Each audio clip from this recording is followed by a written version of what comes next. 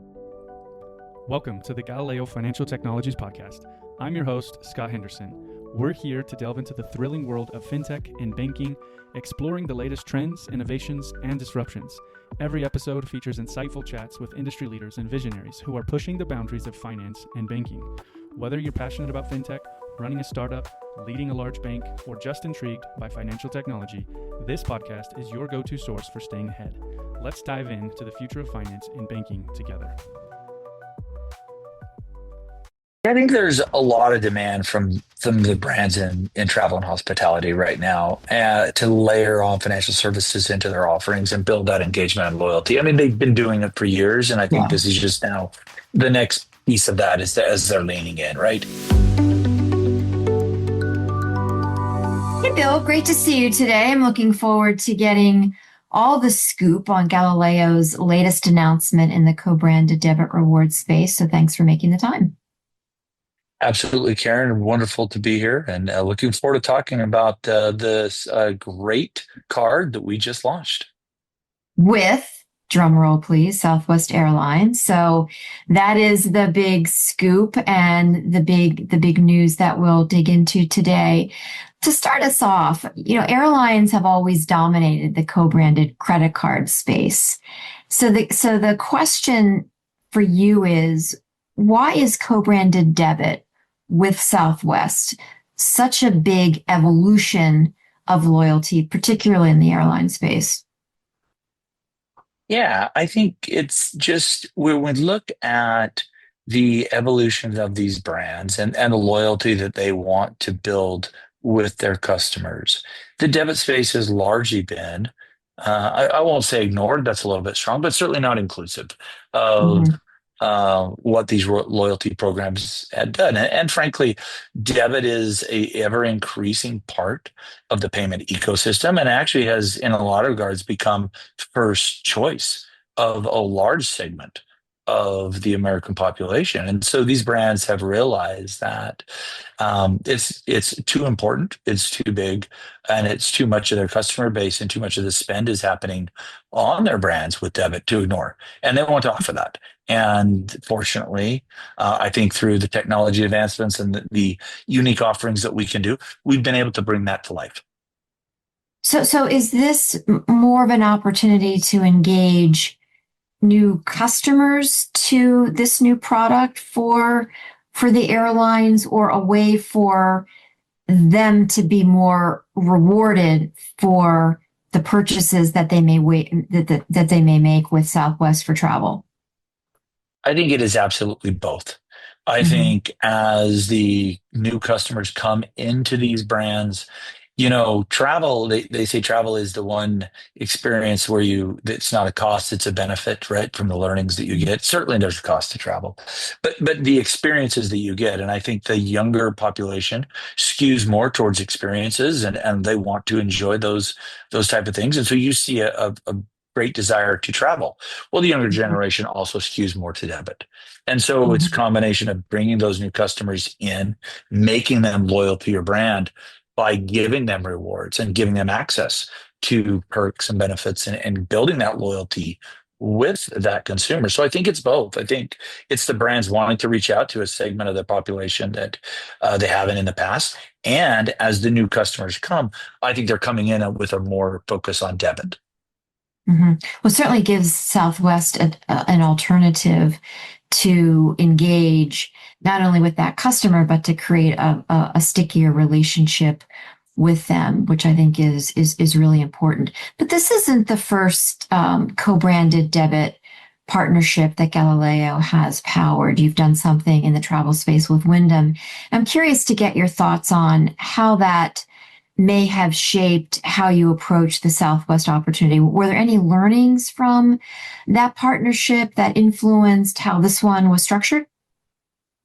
Oh, absolutely. I mean, I think when you look what we've learned that our proven abilities to eliminate inefficiencies of launching cards is incredibly valuable to these, non-financial brands, traditionally non-financial brands. And there's a lot of demand here. And Southwest is certainly learning from that. And just as the other ones will learn from Southwest, right? I think that's part of what makes a platform and the ability for us to do that. We were able to leverage our vast experiences across all of our customers to continue to drive efficiencies and high quality experiences with our future customers, and to pull those back in and benefit, just like Wyndham will benefit from learnings that we have in Southwest, because it goes both ways.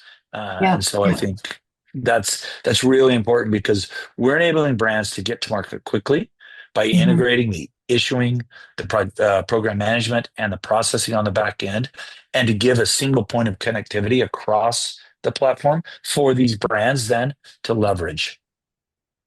The use cases and the uses by consumers that are taking advantage of these co-branded debit products. Again, I know it's new and it's relatively young and early days. Are there any differences or surprises in how they're using the product? No, I don't know that I would say there's been a ton of surprises. I mean, we built the product to meet, I think, the shifting needs that I kind of talked about, where consumers are choosing debit more often. And there's a growing segment of debit users who are credit adverse, so it's not just that they don't qualify for credit, whereas I think maybe the impression of debit has been for years. These are like debit first customers, and that's the preference. And they do skew younger. And so I think that's part of why these programs now are coming back in. The technology is one reason we were able to enable this technology in a much more efficient manner to allow those. But also the brands are starting to also see that this is absolutely a direction of consumer sentiment, and they need to be able to meet those consumers where those consumers want to be. How is Wyndham, and how do you think Southwest will integrate this co-branded product into their broader loyalty and partner ecosystem? Is that a roadmap item? Is that part of the motivation for wanting to do something like this? Yeah, I think it is absolutely part of the motivation. Like I said, I think there is a large contingent of their customers that are debit first, that want to be debit, and they understand the importance to build the loyalty with that customer base just as much as with a traditional credit card loyalty rewards member. Look, debit and credit rewards are different, but they're still aiming to do the same thing, and that is to build that loyalty with the customer for an affinity of that brand, right? And when you look at, I think it's so important in today's environment when a negative experience can go viral so quickly. And when you think about, if a customer, you yourself or myself, if we have a loyalty with a brand and then we have a bad experience, which bad experiences will happen to all of us at various different times with a brand. But if you have loyalty to that brand, you've had a lot of good experiences, you kind of give them a bit of a pass as a one-off, and you're not so quick to just light them up on social media or leave bad reviews or anything. You kind of give them that pass. But if you don't have loyalty and they're just a commodity provider for you to meet a need, and it goes wrong, then you are. And so I think these brands are looking at, how do we make sure the loyalty is twofold? One, we want a customer to be with us and shop with us, and be affiliated towards our brand when they make a buying purchase at that point of purchase, and what are they going to decide to do. But we also want to make sure that loyalty also is able to be established, so we have grace. We have it's kind of a win-win relationship with the brand and consumer. If you're loyal to a brand and you have shown your loyalty, the brand gives you more in terms of maybe increased status or special perks that you might get. But then the consumer also gives the brand more, as they're not so quick to be very judgmental with one type of mistake. Now, if the brand fails to meet the expectation of the consumer, that's a whole different story. But I think in these cases, these brands are absolutely, and look, Southwest is famous for the loyalty and the brand that they deliver. Yeah. And when you're traveling, there's always something that goes wrong. And I think we've all experienced that, but I think you make a good point. When you have an affinity with with a provider, you do give them a pass, and the expectation is that they do right by you as well. So I think, Right. to your point, it's a two-way street. You talked about the win-win, and you sit in a really interesting seat at Galileo, CFO, now in the CEO's seat. So you see both the strategic value and the economic value of these co-branded products. I'm curious to get your thoughts on how do you create that win-win so that there's obviously a winning opportunity for Galileo as the powered by enabler of this, but also the cardholder and the brand, in this case, Southwest and Wyndham themselves. What are the economic levers that you pull so that everyone does get the value that they expect from these programs? Yeah. So I think a couple of things are happening to make these rewards viable on the financial side, right? As we know, they have gone away predominantly with the enactment of Durbin, and now they're starting to come back. And I think that's for a couple of reasons. One, there's been some technical advancements, and the Galileo ecosystem can come in and create a solution that creates efficiencies and value, right? That may have not been there before.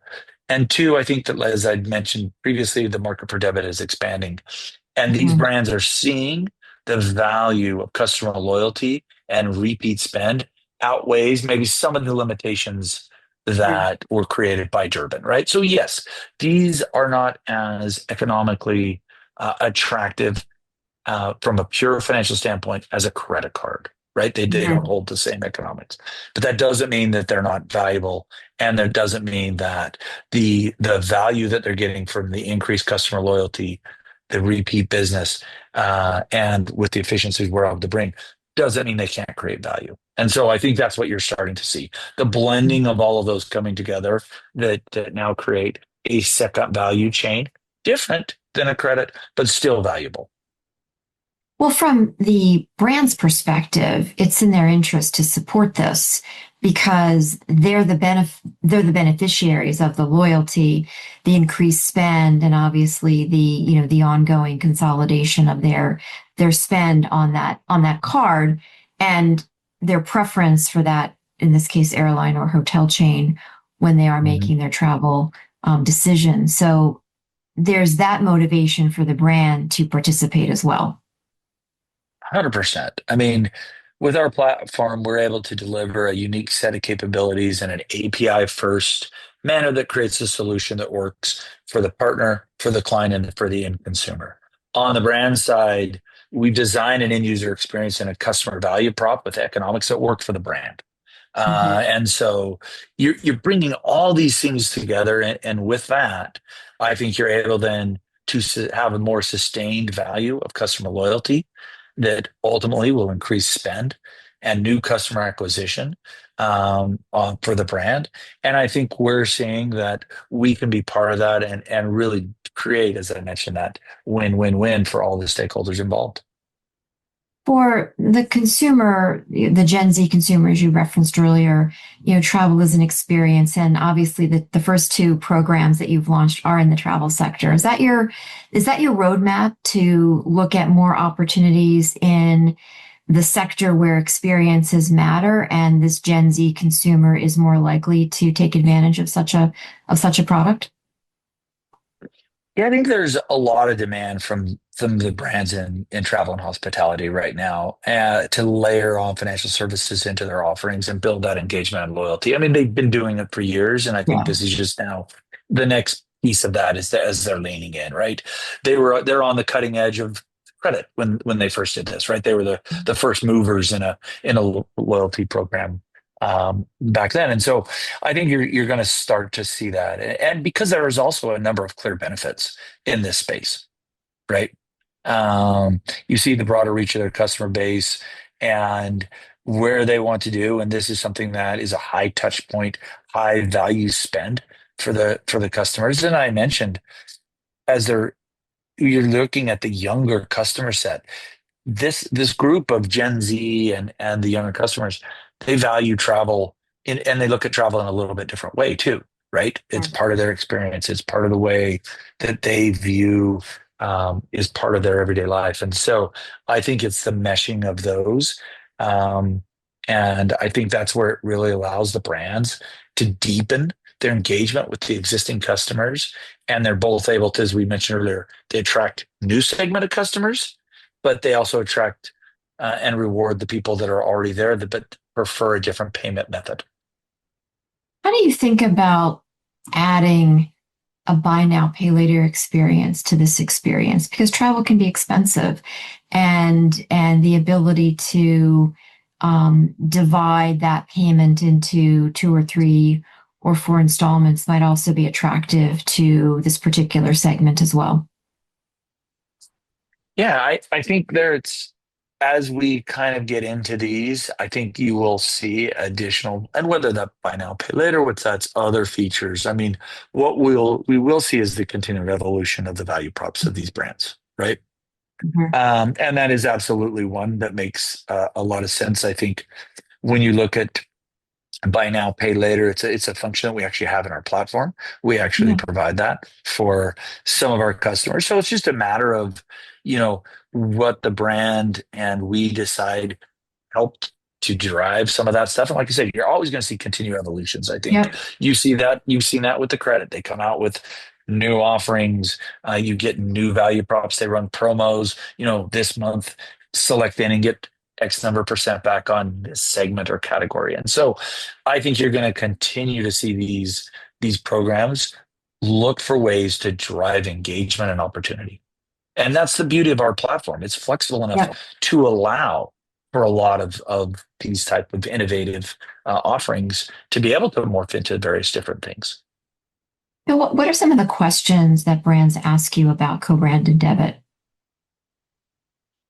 Yeah, I think the big questions I think are, will it be as adopted? Will it be scalable? Will it be flexible enough to personalize? Because it's not credit and the economics aren't quite as strong, right? So you are dealing with a little bit of a limited set there that you've got to make sure that you can still deliver that world class, I think, experience for the consumer. And how can you do that? And I think with our flexible, scalable platform, we really enable each brand to personalize their rewards to their specifications. And certain brands, the Wyndham value prop is not the same as Yeah. the Southwest value prop, and it's not going to be the same as the next value props that come out, because each brand, I think, looks at their customer base, looks at their target market where they want to take it, and they may have a different message that they want to communicate. And so I think they want a deeper loyalty. They want more frequent customer touch points. They want to build financial products that achieve that. And so a lot of our discussions are just about that. How can we have that very flexible, very scalable platform in a cost-effective manner that has speed to market? I think if you look at traditionally how long these have taken, we've been able to kind of shorten that window and really prove that we can get to market quickly and to start delivering value to the brands quickly. Final question. As you continue to evolve these programs and add more brands, what's the KPI that you're going to be looking at that will give you the indication that this is in fact something that is getting traction, is scaling, and is something that brands are willing to invest in? Yeah, I think if I look at that, it's what you had alluded to is we've got two, and how many more, and will it really get past travel? And I think that's the KPI, is what is going to be the demand and what is the interest. I think right now it's very strong. We're seeing a lot of interest on that. And then when you get into that, how widely adopted is it? And I can tell you the numbers are very strong, and what we're talking with and the amount of conversations that we're having. You mentioned, Money 2020 that we, just came from, and you look around and the conversations that we had in that, particularly around this space, were just really strong. And so I think our KPI is that interest. Coming out, sometimes you get cutting edge technology and it comes out and you land and there's one or two, but then it just never seems to catch, right? You got a few innovators in there and then it doesn't. And I think this one has a lot of legs just based off the interest that we're seeing. And so we're very excited about where this is going to go. I think, as you mentioned, I mean, your platform allows for a number of different innovations and add-ons and value-added layers that wrap around the product that, working with the brands, you can activate. So it's like this is the starting point, the foundation for developing and growing the relationships and the capabilities of the product.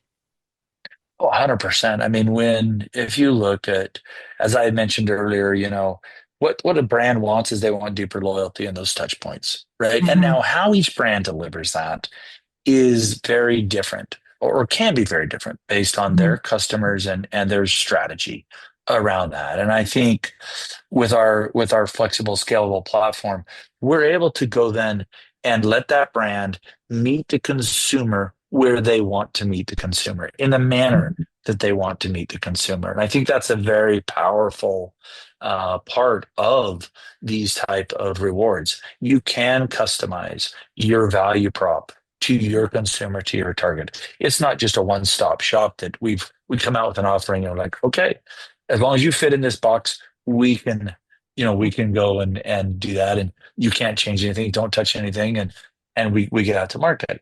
And I think we're exactly opposite of that. We say, look, we sit down with a brand, we work with the brand to decide what is the message, what is the key KPIs that you have for loyalty? Is it cashback? Is it low fee? Is it, bonus miles on deposits? Is it, there's a whole spectrum of benefits that some brands will index on 1 or 2, and another brand will index on, benefits 3 and 4, because that's the demographics and their member set. And so I think that's really why we've seen the traction that we've seen. Bill, thanks for the time and congrats on the new program. We'll be interested to talk about the next one pretty soon. Absolutely, Karen. It has been a joy. Please let's do. I look forward to coming back on and talking with you. Me too. Thanks again, Bill. Bye-bye now. Yep. Thank you. Bye.